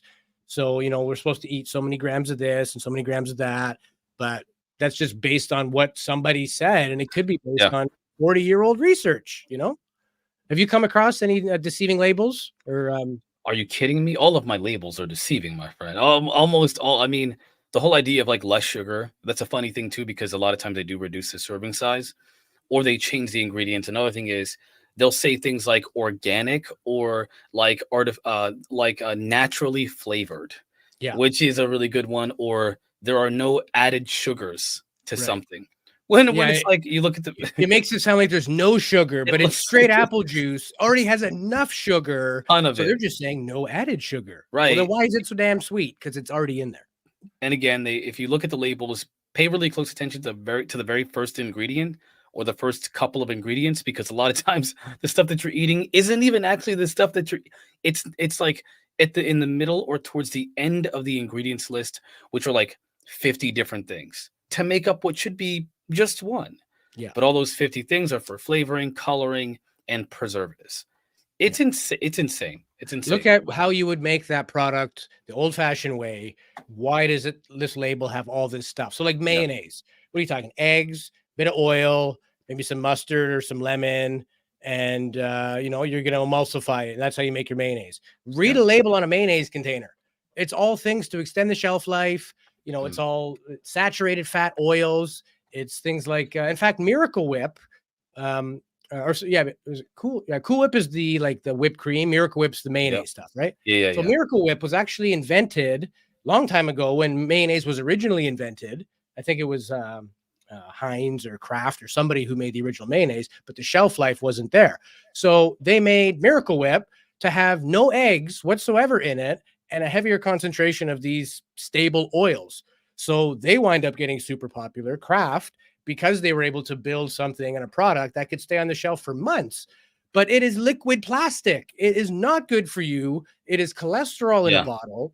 It will screw up your good cholesterol and give you more bad cholesterol. That's the problem with some of these things too. They're actually disrupting that healthy balance that you would have from eating more of a natural diet, And I do wonder a lot of times, like I mentioned this before, but like, I think that the world has a cognitive issue where there are some, and I don't mean like people are necessarily mentally ill, but I mean like people are cognitively challenged. I do not think it's their fault. I do think that people have a very difficult time holding complex ideas in their head, and then at the same time or simultaneously conceptualize, getting an idea, an understanding of what those ideas really mean, how they connect to the real world. They don't understand their own worldview or their mental model of the world, as they say, and they're not very good critical thinkers at all. It's like most people are just not very good critical thinkers. In the U.S., I believe in 2015, the average reading level of Americans, of average Americans, was 7th grade, and you could kind of tell, for the most part, by just having a conversation with. Listen, I'm an American, by the way, just so you guys know. The average American does have a very difficult time having an intelligent conversation, or even just having a regular conversation that is sensible. But what's worse is the fact that this is happening to people. These things are happening to people. And if you aren't healthy, mentally, chemically, biologically healthy, or I don't like to use the word normal because I don't think there's no normal. I think normal is relative. You can't make good decisions. You can't. So people are suffering in a lot of ways. There are people they call them lazy, or they call certain people that have hypertension, that have ADHD, which is a very big deal in the US. And they say, oh, it's just how you're born. No, it's not. No, it's not. You're not. I don't. Maybe you were born that way, by the way, maybe, but that's not like a natural process. It's an abnormality. It's literally an aberrant medical behavior, a medical expression or manifestation. Something is wrong. The question is, where does it come from? And I think that a lot of it, and I mean a lot of it, according to people like Gabor Mate, who talks about the child development and how that works, and other scientists who study these types of epigenetic changes in people, they are a product of your environment. I am 100% on the side of nature. I think nature is far more influential in our life. It doesn't have to be, and it's not necessarily what it could be different. It could be 50-50, but right now in our civilization, it is not 50-50. It is like almost entirely nurture. And then whatever natural would be, like you walking, talking, eating, sleeping, breathing, that's the natural. But everything else, it's all nurture. Everything. Even if you're doing your absolute best to raise your kid in a loving, supportive environment, free from trauma, they could have issues just because of their food, their clothing, their shampoo, their soap. Maybe they're more sensitive. Maybe your whole lineage and everybody else's lineage is a toxic cocktail that's inadvertently been passed along. And we just continue giving our kids the same cereals they love because that's all they eat for breakfast. We're happy they're just eating. But this clip I'm going to play, this guy went through a grocery store trying to find stuff that wasn't, I think he was looking for GMO or bioengineered food. And it was just about everything he picked up off the shelf. It had it. And again, we need to become a little bit of investigators. This isn't, astrophysics level stuff. But basically, if it's supposed to just have a few simple ingredients and it's got 50, keep walking. Just plain white rice. When we looked at ingredients and saw that it has a bioengineered ingredients, it made me want to go check other boxed foods. Magic Spoon cereal? Y'all spend $10 on cereal. Contains bioengineered food. Special Cake cereal? Contains bioengineered. Ritz crackers, bioengineered. Goldfish, bioengineered.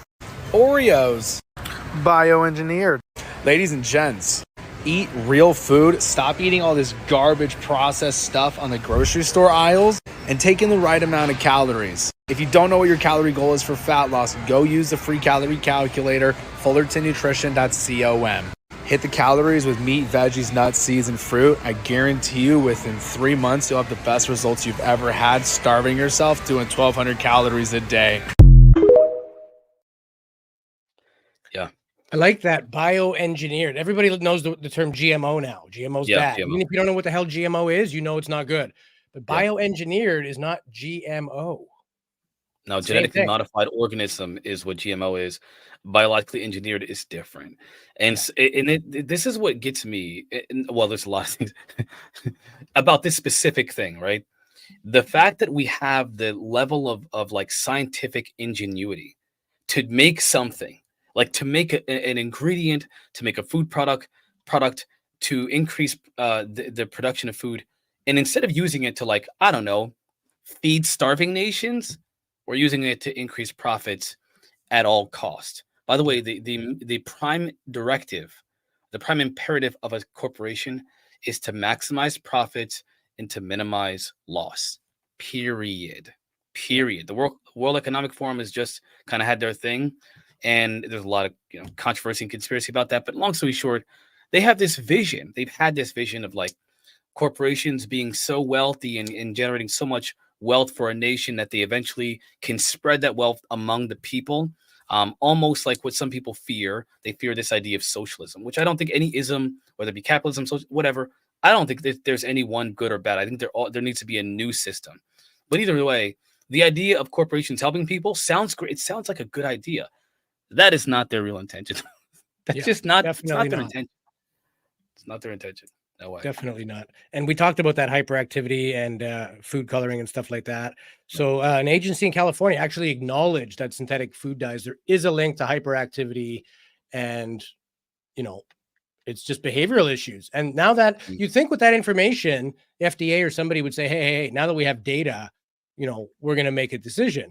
It's bad enough that they got 50-year-old levels in some categories, but even when presented with information, why does this have to get tied up in red tape? Because, that company that makes that product also makes 5 billion other products. Well, it's Kraft or it's General Mills, so we're not going to yank it. It's a boys club. Everybody's in bed with each other at some level. Previous episodes, we've showed that some of these companies like Nestle, they own everything from the water in your stream to soap. It's not about making good products. It's about making money. And, the food coloring is a bad one. There's a bunch of other issues. So, brain development at a critical age, just 1 milligram of yellow number 5 was enough to affect the most sensitive children. And a single serving of lemonade Gatorade has 3 times the amount. And a single serving of Sunny D had more than 20 times the amount that you're supposed to have of this yellow food coloring.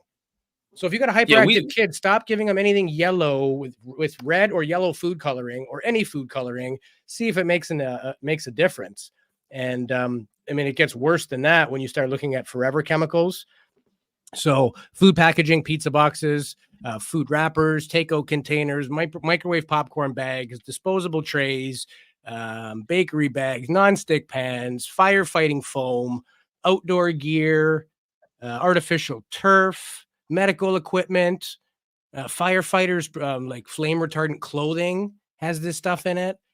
It's just, I don't know why it ever came in the first place. It must have been an oversight. I'd like to give somebody the benefit of the doubt to say they didn't know. Why would you intentionally put this stuff in there? Yeah. But maybe they were doing research on a chemical that says, hey, this stuff makes a good fire retardant, but does it leach into the body? Nobody ever really went that far. They just wanted to get it to market.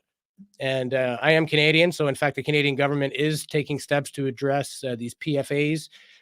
There was a report done, I think it was W5 or something on CBC, basically going through the cosmetics world and finding these PFAS. They're in everything from food packaging, nonstick cookware, clothing, cosmetics, but there was no contingency. Like the company only had to prove that their product didn't have it. If it got it from the packaging, like if the lipstick got contaminated with PFAs because of the cylinder, then it was okay to say, well, that's trace contamination. It's not us. We did what we could. You know, we buy our lipstick caps from China. I don't know, something happened, right? Like that's not good enough. And they're making changes in the law. Yeah. Thank God somebody, probably because it was on TV and 25 million people saw it and made some noise, right? But with the exception of that, you kind of wonder, would they be doing this if somebody wasn't trying to knock their door down and say, hey, time's up? Yes, they would. And you know what's funny? I'm a little pessimistic on that one, but I will say, there have been some court cases. I can't remember the name, but there was a person that was going to, and there was a couple of cases of this, where they were going to essentially whistleblow on some of the practices that they're oh my gosh, I can't. I should have saved that. I didn't save it because I didn't think we were going to talk about that specifically, about specific court cases that have been against someone. Let me just kind of give you a vague memory of this. But this guy, he was going to whistleblow on his company for basically some bad practices that they're using in their food processing, and they fired him. And he claimed, they did it because they fired him because of obviously he was planning on whistleblowing on them. He tried to go to court for it. Long story short, they buried him. He couldn't fight it, and that story buried. Nothing about it. I found an article or two about it, and nothing else. And I had to go to like a very left, like far left wing, kind of a interesting left wing media website to find this. I feel like, and there were others, by the way, there were plenty of others people that have tried to whistleblow on their companies for this, for things like this, and they're reprimanded. They get consequences for telling people, hey, they're putting this stuff in your food, which means even if they do tell you, by the way, people are going to forget. They forget easily. We have like this very repetitive amnesia that not just about like news situations, but also history itself. We forget how bad things can be by letting things happen, by letting things go, by letting little things like one food packaging that's been recalled. By the way, I get an article every week. There's an article that says this product was recalled. This product was recalled. This product was recalled. And not always because there's a contamination, but a lot of times it's because there's something found in it that is bad for you. Yeah. And we just forget, we just let it go. And, I'm going to walk into a Costco right before the return section. When you first go in, there's a bulletin board on the right. They don't have any flashing lights or anything to draw attention to, but that's a recall notice. I think that's law in Canada that you have to notify people one way or the other. That's how they do it. They're like, well, we put it on the board. But I was waiting in line for my wife to do a refund one day, and I read some of the stuff, and it was like, yeah, this had metal fragments in it. There was bits of broken glass in that cereal. I mean, Quaker Oats just had a recall in Canada for, I think it's listeria or salmonella. Usually you get that in like spinach or something wet, something that, this is like dried oats. How the hell do you get that kind of, it's because the food lines and the food chains are coming from so many different places. They're sharing machinery and equipments. And, my daughter has a peanut allergy. Anything made in the grocery store, even if they bake bread, it will say may contain, because they're not like sanitizing their metal table. They went from baking butter tarts to now they're making like almond bread. Now they're making regular bread. So everything touches everything. So just to be safe and so they don't get sued, everything is slapped with may contain. So in order for me to get snacks for my daughter, it has to come from a factory that is specifically peanut free. So just so we don't take a chance, we think our food is clean. And you mentioned that, somebody wanted to whistleblow and these guys just tie you up in litigation and bankrupt you. His name was like Charlie something. Let me see if I can find this guy's name while you're. Well, and so that, and then the article disappears. So you kind of think, well, that's why they're doing it, because small guys can't compete. Well, no, Harvard did a study on these forever chemicals, mentioning that, they were seriously concerned. They get into our bodies and they don't get out. They're resistant to water, grease, and heat. So even soap can't remove them sometimes. They're in everything: food packaging, clothing, cosmetics, toilet paper. It's linked to high cholesterol, thyroid disease, liver damage, asthma, allergies, reduced vaccine response in children, decreased fertility, newborn deaths, low birth weight, birth defects, and delayed development. I mean, how many more bad things does it need to do before somebody gives a what and does something about it? Like I found it, by the way. It was a lawsuit that was filed under the Food Safety Modernization Act, the FSMA. And in the case, there was a guy, they don't name him in full, probably for safety reasons. They called him Chase. I thought it was Charlie. My apologies, but he was terminated from his job and later pursued a whistleblower claim against a former employer, alleging that the termination was a form of retaliation for his planned disclosure of food safety violations. Following his notification to the company about his intention to file a claim, the company reportedly filed a lawsuit against him, which he claimed were retaliations. Absolutely. So they have to say claim. And even when they settle, they give you a big chunk of money, whether it's severance for wrongful dismissal, because anybody can get fired. They just got to write you a check. And along with that check comes an NDA, so you can't talk about it any further. So most people don't have the balls to do it, and they're going to give you $2 million and you made $15 an hour. You're going to think about your family first. And I'm not even saying I blame the guy who takes the money, like, what are you supposed to do? What was the movie with, okay, you know the movie Pretty Woman? Let me see that chick's name. Everybody knows her name. I can't think. Julia Roberts. She played in a movie, okay, about a town that was essentially they were all getting cancer at that Aaron Brockovich. It was so good. Yeah. And I was like, oh my gosh, this actually based happened on a real story, I think, too, right? It was based on a true story. There was like this company that was so in 1993 was unemployed single mom and 3 children who recently been injured by a traffic accident. Come to find out, she had some other issues. What is it? The Pacific Gas and Electric Company was the one who was trying to buy her home, and they were trying to buy up the home of other people too. But they didn't, and it was because they wouldn't sell. There was a whole. You got to watch that movie. It was called Aaron Brockovich. Yeah, it is it's an amazing movie. It's a fantastic movie. And I really love the plot. The thing that I find maddening is we're showing you articles and research done by the likes of Harvard, independent studies, breast cancer lobbyist organizations, people doing the research, taking the money, and now doing the work so that they can go to government, lobby, and say, hey, here it is. Here's the study you guys didn't have. Let's do something about it. And I was really upset to find out that many of the levels, even though the FDA knows, levels haven't changed. Toxic levels are pretty well exactly the same as they were. Here's a clip explaining it. And something is wrong. This has to stop. It really does. There's important news for parents tonight about baby food. 5 years after Consumer Reports found toxic metals like lead and arsenic in more than 30 baby foods, researchers at the organization say the overall risk has barely changed. Several products actually contain the same or even higher levels now than they did 5 years ago, including Beechnut Naturals sweet potato and Gerber chicken and rice and turkey and rice dinners. Researchers recommend feeding your child less than half a serving of these products per day. In a statement, Gerber notes that these metals occur naturally and says the best way to address the issue is to focus on improvement with suppliers and growers. We have not heard back from Beechnut about our request for comment. They did nothing. 5 years. They gave them the data. Did nothing. Yeah, when I found out about this, by the way, about a year and a half ago, I knew because we had already bought a bunch of this stuff for whenever my daughter was, coming up. I was like, yeah, that's going to sit there and I'm not going to give it away because I'm not giving that stuff to anybody who's like, so I'll eat it. I'll eat the baby food. Some of that stuff's tasty. Well, dude, there's literal metal in baby food. It's actual metal. I mean, it's a fine line because we need iron. We don't have enough of it, especially at an early age. A lot of times you'll see iron fortified beverages and things like that. Yeah. It's not just like when you take an iron capsule, it's almost like crushed powder in a tablet. We're talking metal filings.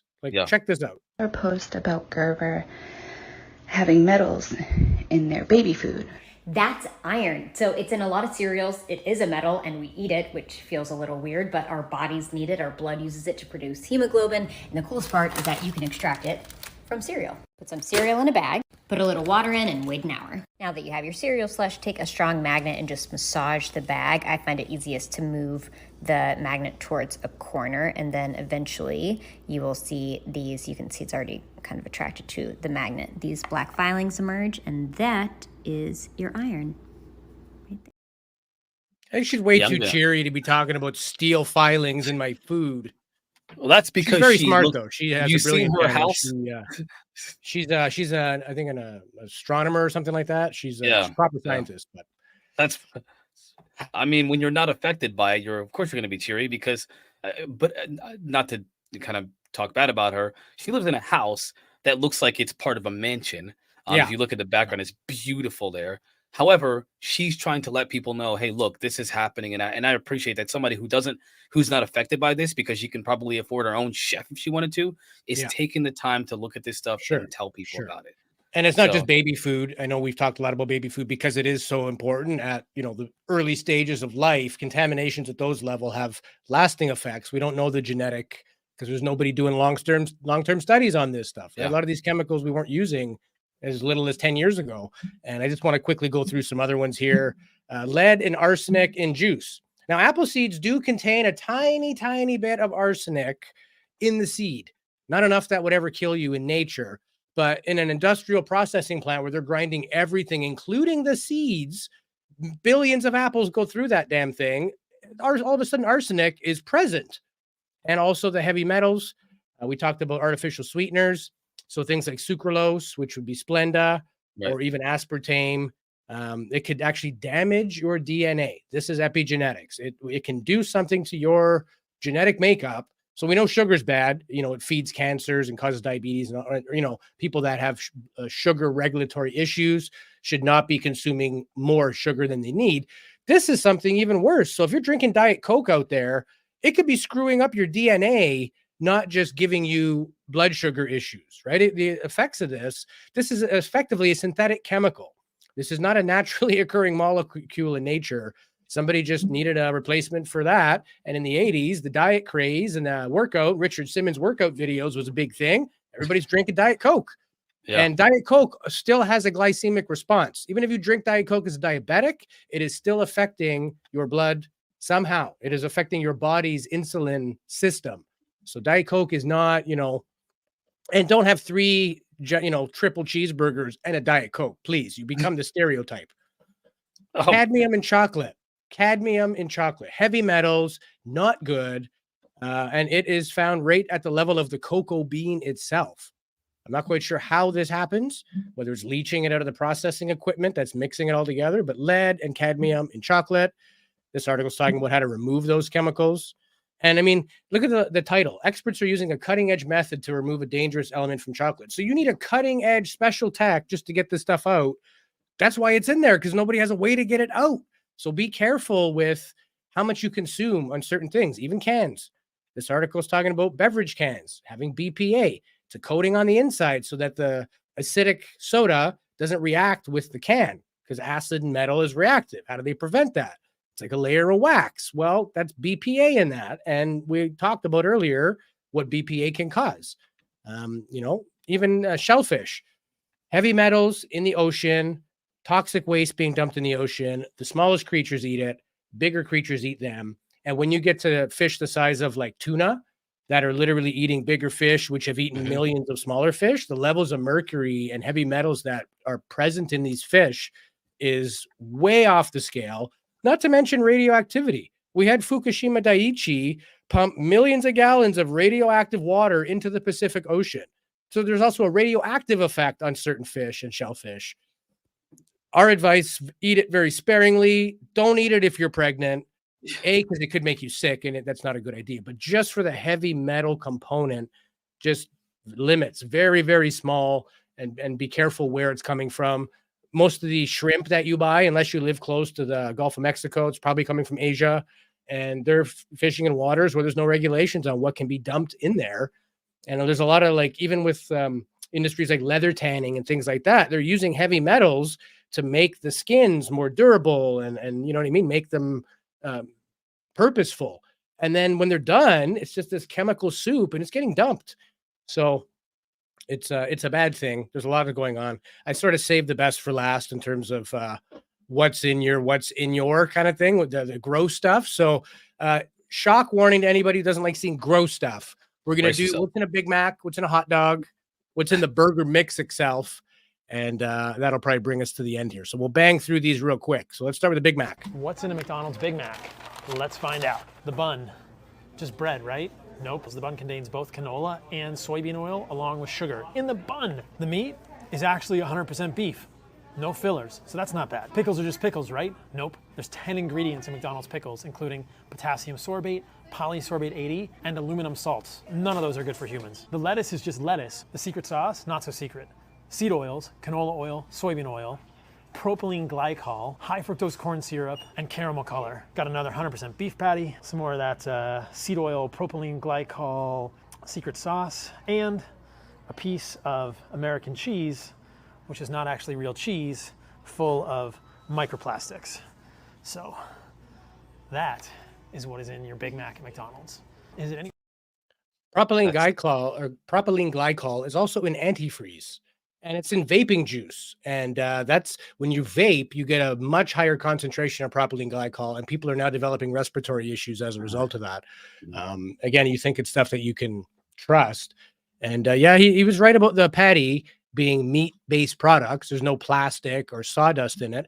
But this is what industrial-grade beef patty creation looks like. Warning to anybody with a sensitive stomach. Maybe it's a good thing. We'll scare you straight. Don't eat. You want a burger? Buy some meat, grind it yourself. You know what's in it. Make the best burger you've ever had in your life. Because here's what it actually looks like.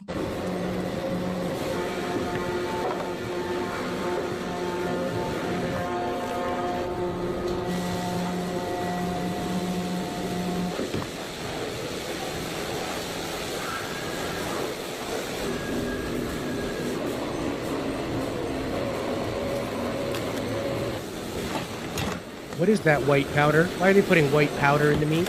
What is that?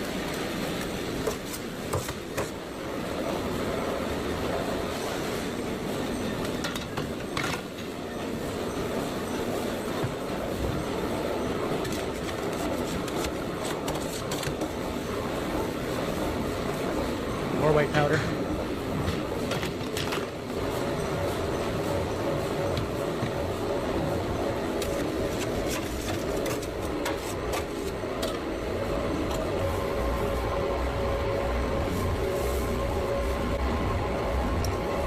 Coloring, preservative, nitrates, stabilizers, all like.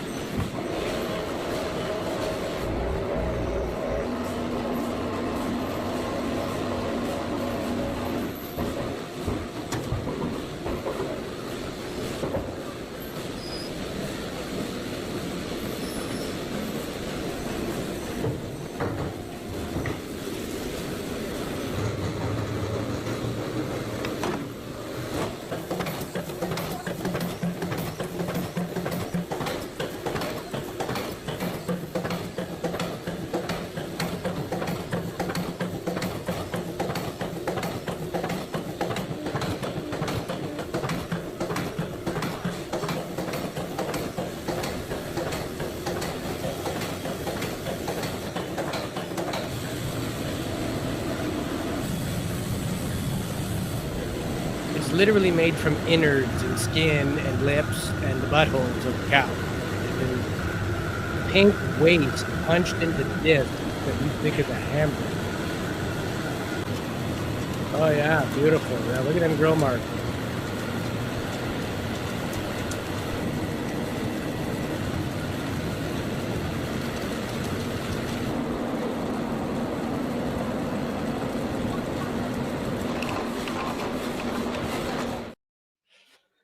Whoever designed that process should be in prison. I agree. I agree. Now, I want to end off before we close here. We got a few minutes to keep it under our 2-hour mark for our NX network. The grossest thing I've ever seen in my life is how they make a hot dog. So here we go. 34 seconds of what's in a hot dog.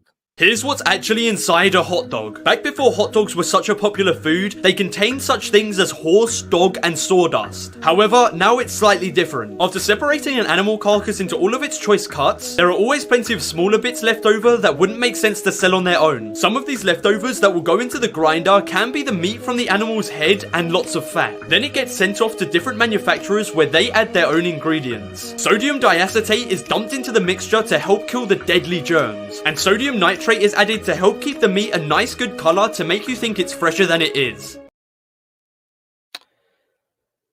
I don't want to eat anymore. I'm never eating a hot dog again, ever. I think I'm going back to a liquid diet. I finally, after 2 years of eating a liquid diet, made it to solid foods, and I don't even want them anymore. I've convinced myself to go back on the diet. Yeah.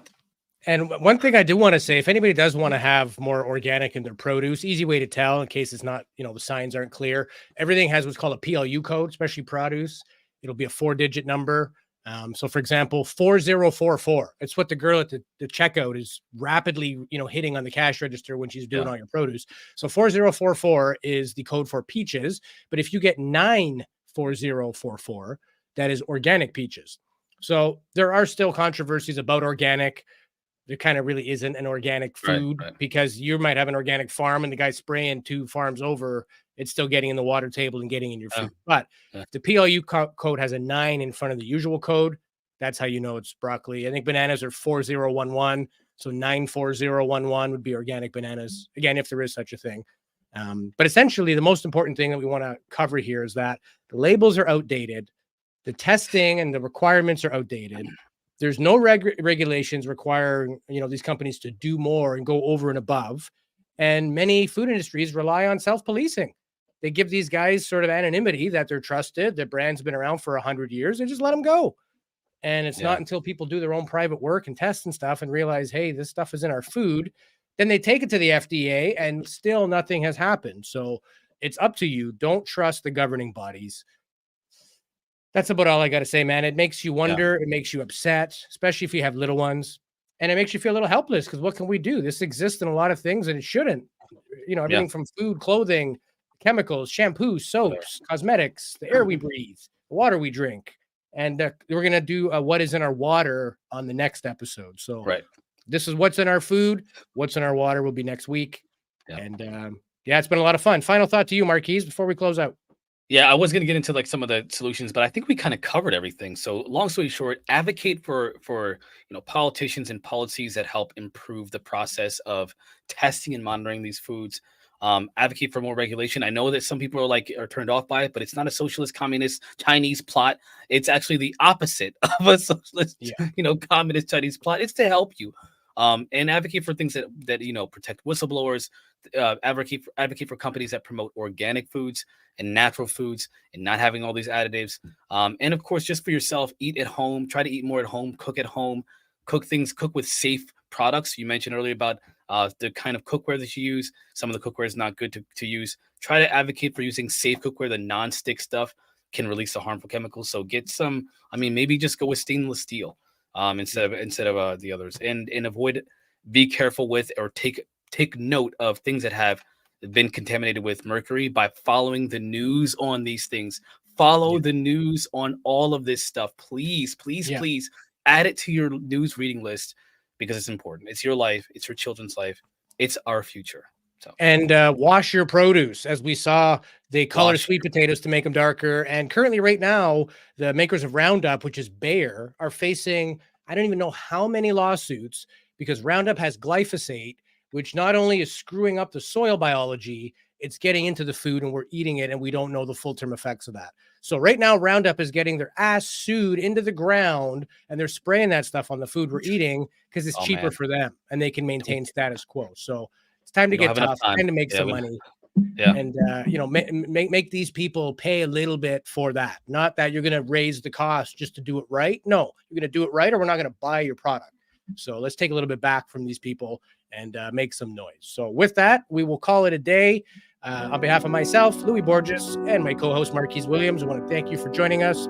If you like our episodes, please hit that like button and subscribe to our various channels if you haven't already. We're super excited to present What Is in Our Water next week. So we'll see you next Thursday, 9 p.m. Eastern, right here on Quantum Ladder Podcast. Take care of each other. See you next week.